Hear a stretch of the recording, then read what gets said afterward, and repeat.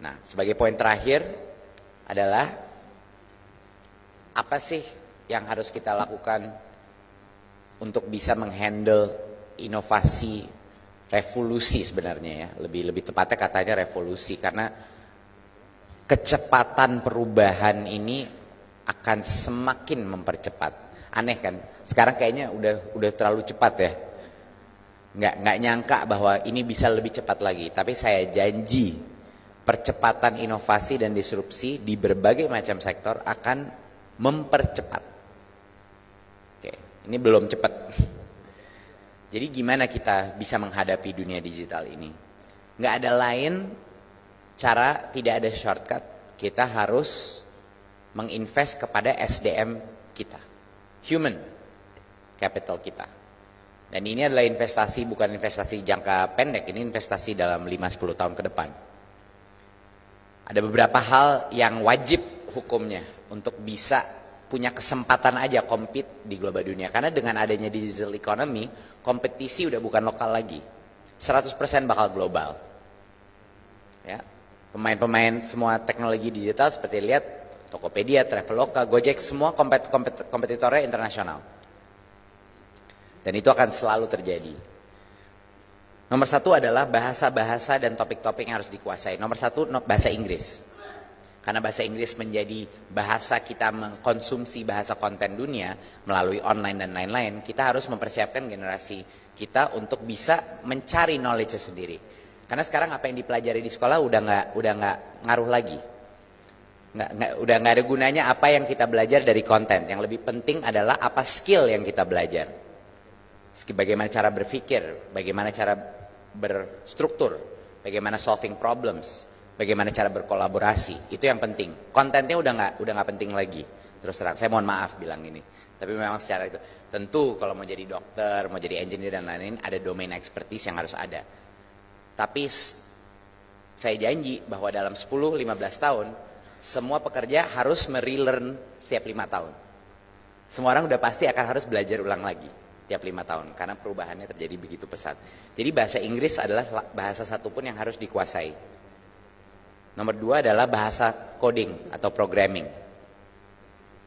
Itu adalah dulu kita membangun gedung-gedung pakai semen, pakai bata, pakai fondasi, baja, dan lain-lain.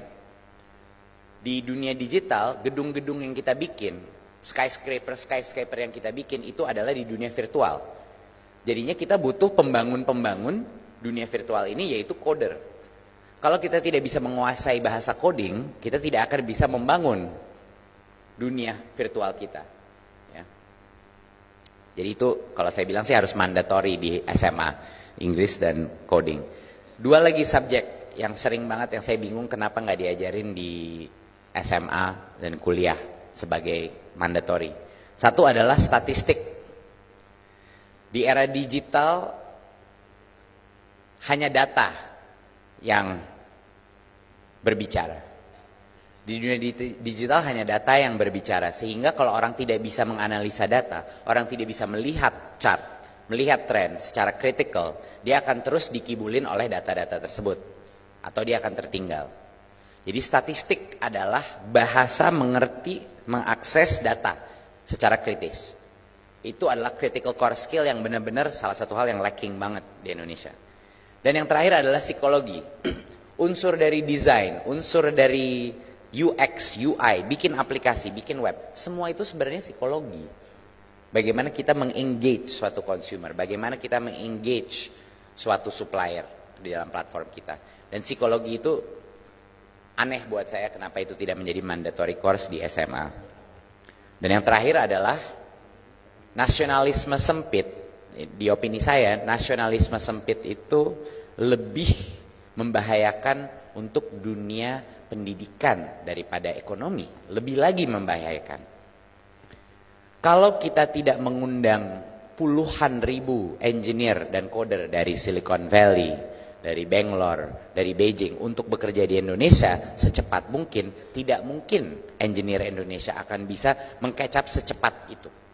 Kita harus bisa mengundang berbagai macam engineer dari luar negeri untuk kerja berkarya di Indonesia sehingga ada teknologi transfer. Nah, itulah caranya kita bikin komunitas yang world class dengan itu.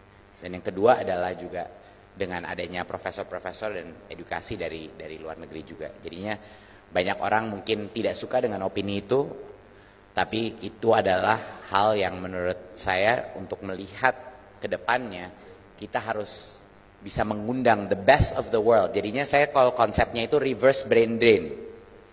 Jangan brain drain kita ke luar negeri.